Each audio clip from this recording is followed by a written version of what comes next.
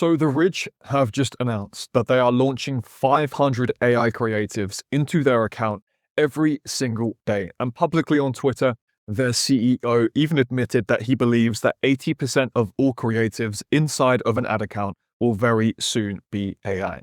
Now, as a result of this, The Ridge have scaled to $300 million in revenue, with this AI ad creative strategy forming a large percentage of that paid media success. And in today's video, I'm going to be breaking down exactly how they are doing this, the formats they are using, and how you can replicate their success with AI ads. So first and foremost, from the mouth of the CEO.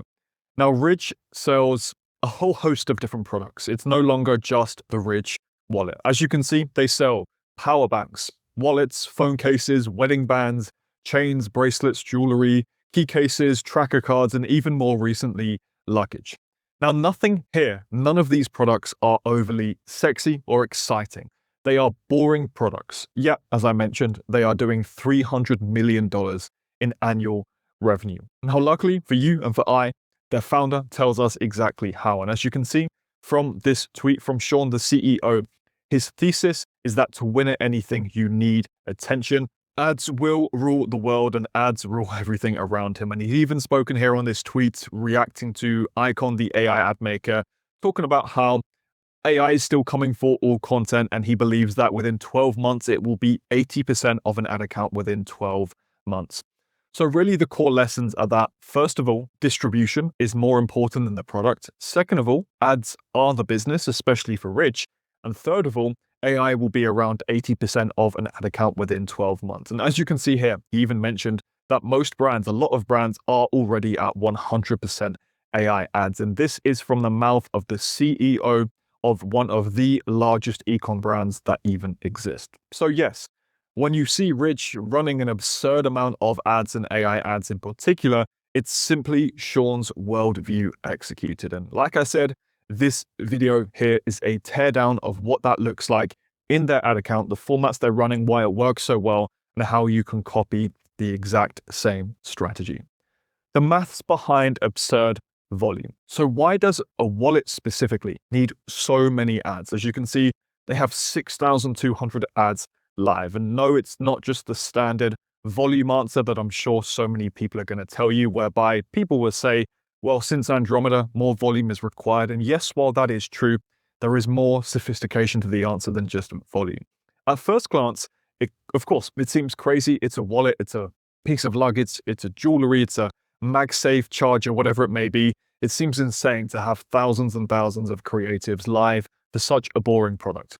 But think about it this way. So Motion, the creative analytics tool, released a benchmark study from $1 billion worth of spend, and after analyzing 575,000 ad creatives. And this study told us that between 4 to 8% of ads actually become winners. And in other words, more than half of ads are not just benchline middle performers, but actual real losers. They are losing ads. So therefore, from their data, we can discern that roughly 1 in 15 to 20 ads are actually winners. So therefore, winners very simply become an output of volume. The more you launch, the more volume, the higher the likelihood of mathematically finding winners based on this statistical data.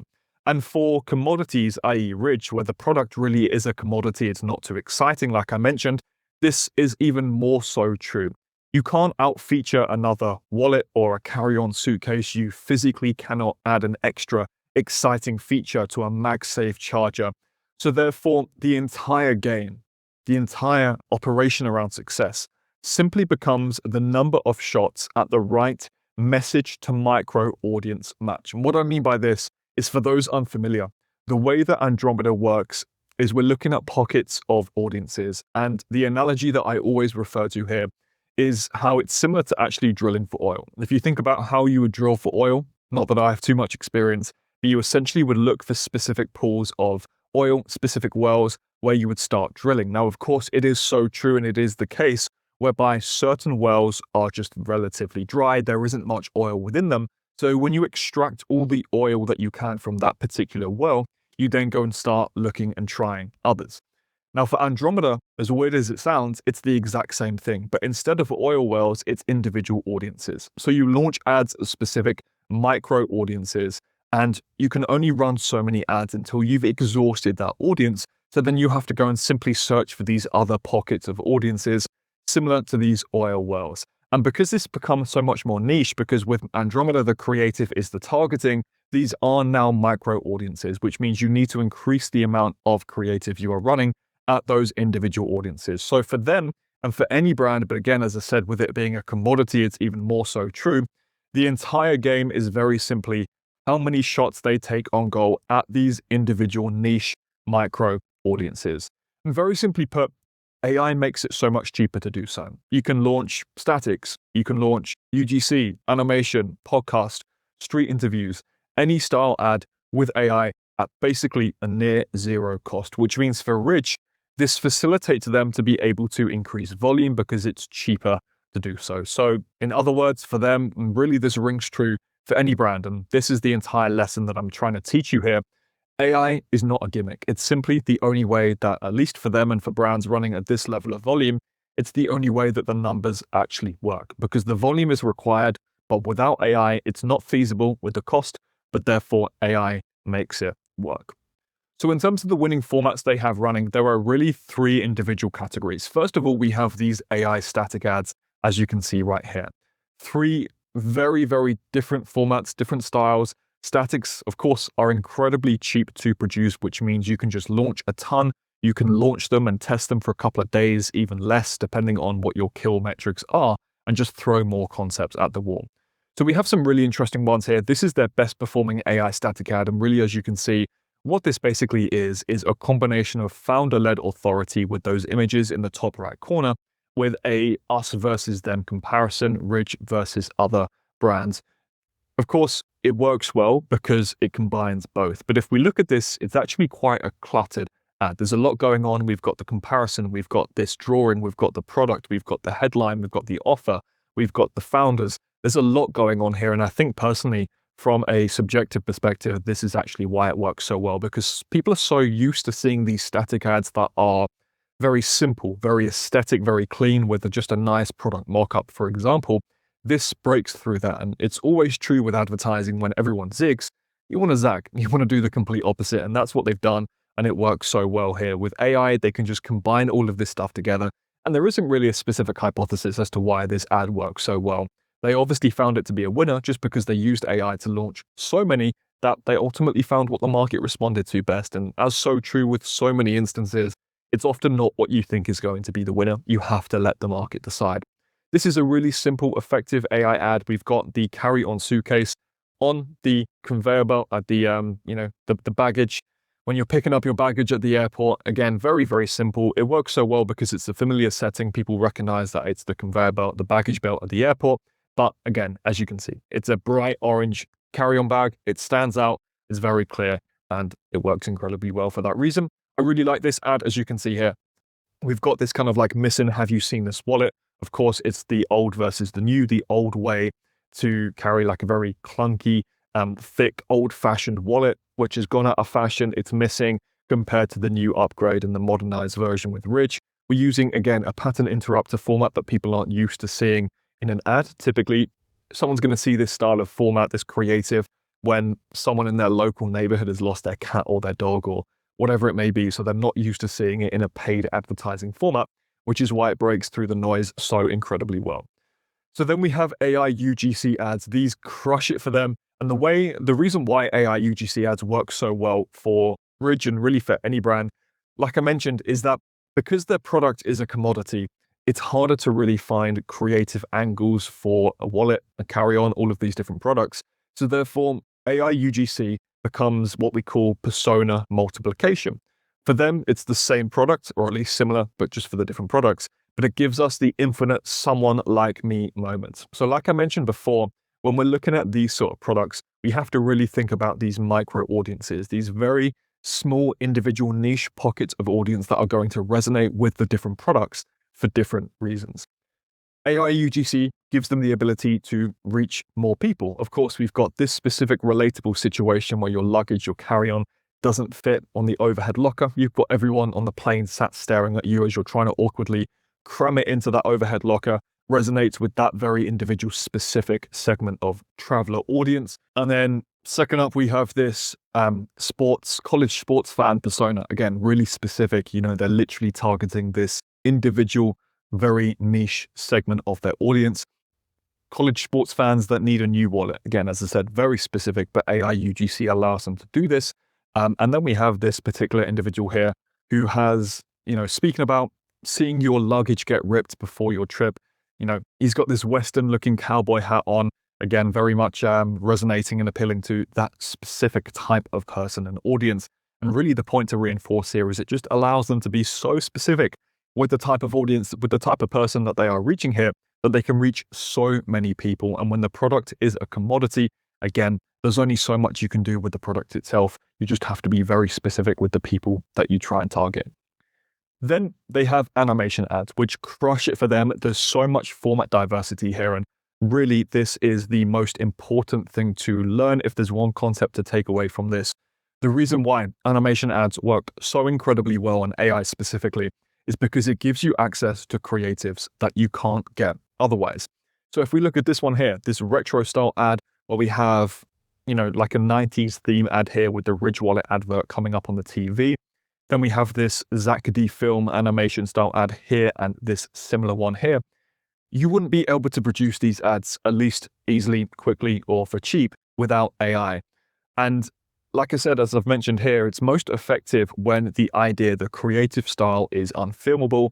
With these, like I mentioned, it would be very hard to film these and produce these. You would need to hire a graphic designer, then a motion designer. It would take a good couple of weeks probably to be able to produce at least a lot of these, and it would cost a lot. With AI, it takes a couple of minutes and it's incredibly cheap. And when it comes to animation ads specifically, the reason why they work so well is because they provide more format diversity. It's the most effective use case for AI. It's being able to test as many different formats as possible, things that mirror organic content, that fit in seamlessly to the ad account and don't feel like someone is watching an ad, and ultimately stop the scroll because it's a style of content, it's that format that people aren't used to seeing, which is why I'm a massive advocate for these animation ads, because the more format diversity in your ad account, the more people you are going to resonate with. People very simply prefer watching different styles of content, and therefore the higher the likelihood of you reaching a broader target audience and expanding that TAM and just basically hitting more people.